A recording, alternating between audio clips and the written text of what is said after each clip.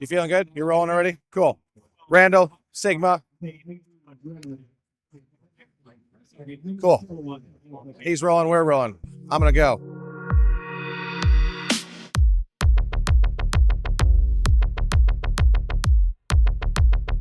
Randall Stewart here with Decent Exposure. We are at the Build 2025 conference, and we are in an inception of a booth with Sigma because we're in some tight quarters, so we got to make things work. And I'm going to talk to you today about making sure we have the new lenses that Sigma's offering. So I'm going to pass it off to our boy Aaron, and he's going to help us out with that. Aaron, take it away. So we're here at Build. We've got quite a few new lenses to show today. We're going to start with some of the maybe the most exciting in this world, the hybrid Cine autofocus lenses. So we have here on our display camera, one of the longer ones, the 28-105 T3, and I have here in front of me the 28-45 T2. So what's really exciting about these lenses, these are pretty novel. This is kind of our first attempt to bridge our mirrorless photo lenses with our Cine division. These are Cine versions of some of our existing photo DGDN art series lenses, the 28-45 f1.8 art and the 28-105 f2.8 art. So in autofocus mode, these lenses will behave exactly like their art series brethren. Nothing special there, but where these really start to stand apart is in manual focus mode. These will behave like a manual mechanical classic Cine Zoom. So what's really exciting about this is with the photo lenses, when you put those in manual focus mode, that's where they tend to really struggle. Trying to manually pull focus on an electronic photo lens, the focus response is progressive. So even if you're turning the ring at a set pace, the response of the lens's elements are going to be dependent on your focus distance. So even if you're turning it at the same speed, the elements are going to move at a different rate, which makes it really difficult to get a smooth, consistent focus pull. You also have a very short focus throw, typically 30-35 degrees, which again makes it really difficult to get precise focus placement and a really smooth pull. So with these lenses, you have a 200-degree focus throw. Obviously, you have integrated gearing, which just makes the accessory rigging that much easier. And you have a linear focus response. So it makes it infinitely easier to get a much smoother, smooth focus pull and much more accurate focus placement. You have stepless aperture, which we have the ability to do on the photo lenses as well. So really, the biggest thing here is the focus response.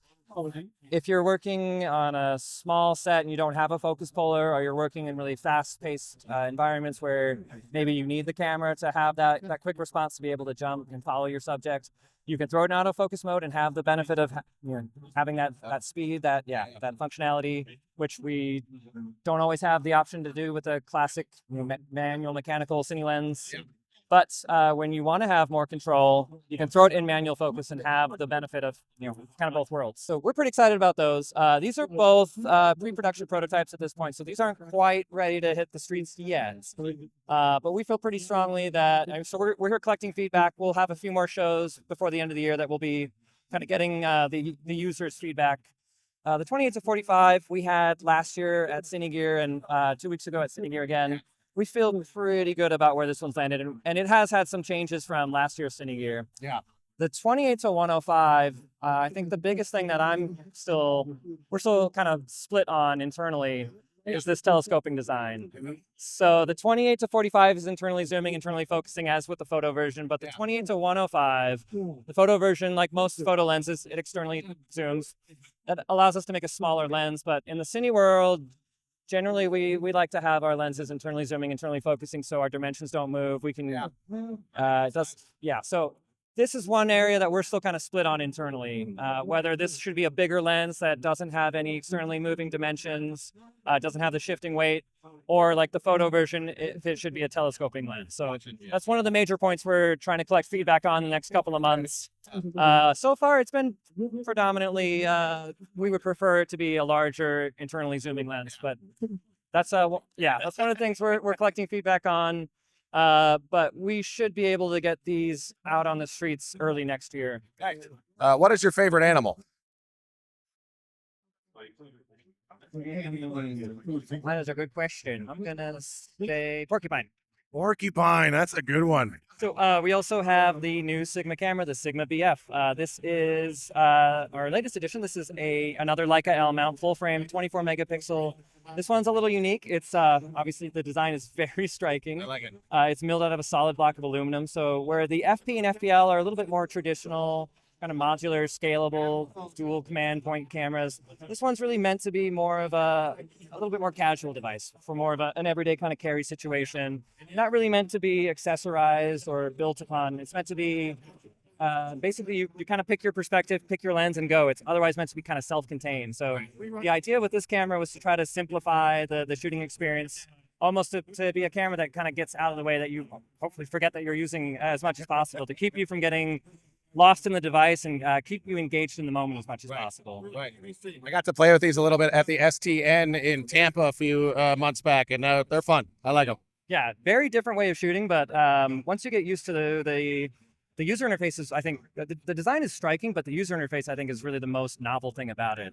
It's a very different layout, and I find once you get used to the arrangement of it, it's a much less technical way of shooting, which I love. Like, I find that I'm shooting a lot more creatively with it. Right. Like, I'm not thinking about the settings or where my screen is. Am I using my EVF? What shutter speed am I using? I'm thinking about how I'm approaching the scene, how I'm capturing the light, like my composition, and it's been a really fun kind of change of pace. Like, it's some of the design choices, and because it is kind of a stripped down menu set, we don't want you getting sucked into the device as much as possible. Yeah.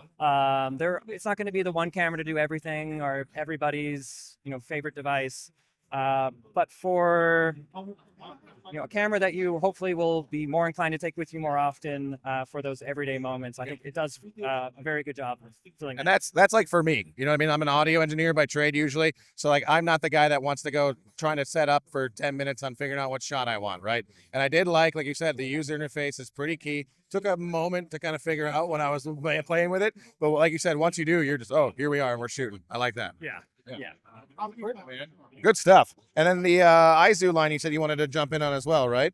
Cutting back in. Aaron, tell me about these Aizu Primes. Yeah, so this is one we're very excited about. This is a whole new lineup of Cine lenses.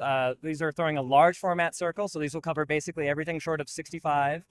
And these are built from the ground up for high-end cinema and video production.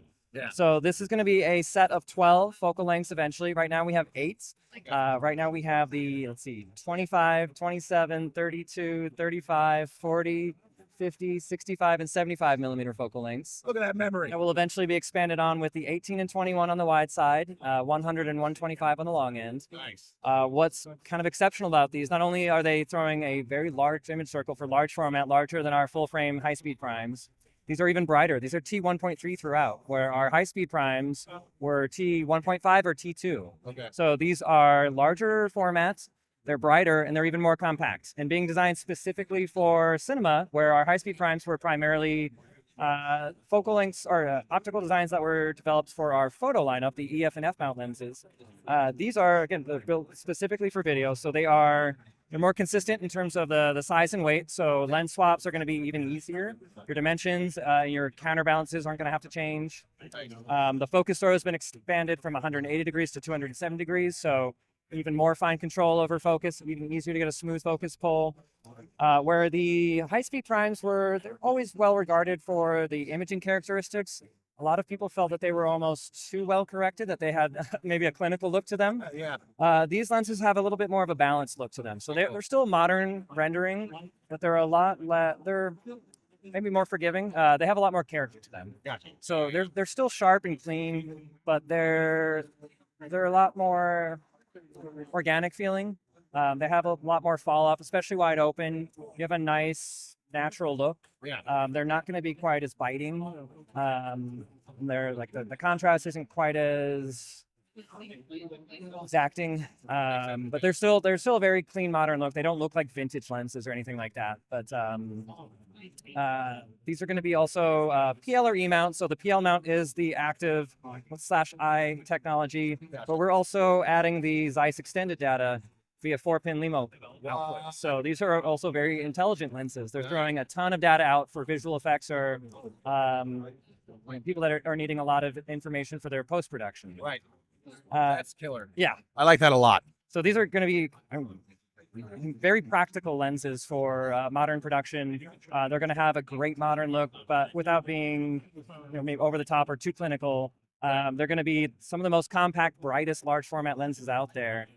These are going to be starting to ship in August, and these are going to be $82.99 each. Nice. So they're also incredibly affordable, especially considering the format, the brightness, the resolution, and the data output. I get data out. That is incredible to me. Yeah. So yeah, we're very excited to see these joining the lineup, and excited to see what people are going to be doing with them as soon as they start hitting the streets. The data out, actually, I got a question on that. Does that have a card on it that saves the data to it and you send it out, or it's just instant sending out? It's live data output, so you do need to have something that basically to receive it. Makes sense. I just wanted to make sure I got that cleaned up. Cool. Awesome stuff, Aaron. I super appreciate it. Anything else you want to show us at this time? You feeling good about life? We do have a new photo lens as well. I'd have to go grab it. It's the 17 to 40 1.8 DC art. So this, give me just a second. Yeah, no problem. Thanks. All right, Aaron. Tell me about this awesome lens you got here too. Yeah, we've got one more exciting piece of news today. We've got the 17 to 40 f1.8 DC art, and this is going to be a couple of new things. So this is our first DC or APS-C coverage art series lens in the Mirrorless lineup, and this is essentially the successor to the wildly popular 18 to 35 f1.8 DC art, which is still a lens that is very widely used for both photography but hybrid. It's a very popular lens for videographers.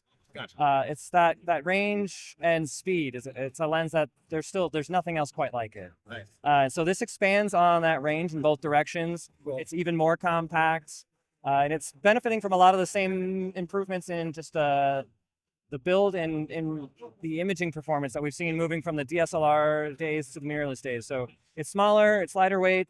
It's now a metal body. It's fully weather sealed. We have aperture control on the lens if you want it. Nice. We have an A setting, so you can still control aperture via the camera body if you prefer that, or if the camera is out of reach.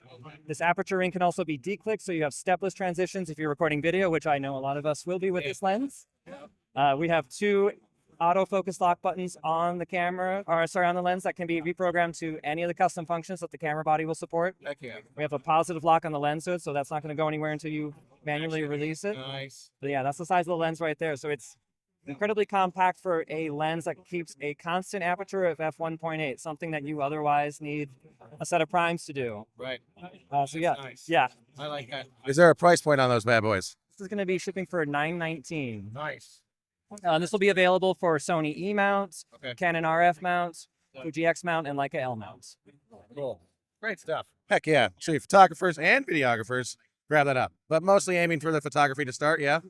Well, I think it's really going to be a hybrid lens. Like this is a lens. I mean, the range is going to be useful for both, but I think internally zooming, internally focusing, that fast aperture. It's a lens that's going to see a lot of use, I think, in the video world for sure. Cool.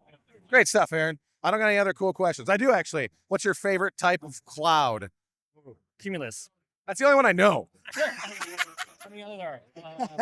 I'm sure there's like 6 other ones. I think we learned it in science class, but I have since then completely forgot. So yeah, the one that's got water in it, right? So yeah, I simply appreciate it. Thank you very much. Again, this is Decent Exposure with Aaron at the Sigma booth, Build 2025. Thanks for watching. Thanks, man. Appreciate it. Yeah. I'm going to. I'm going to steal that mic back.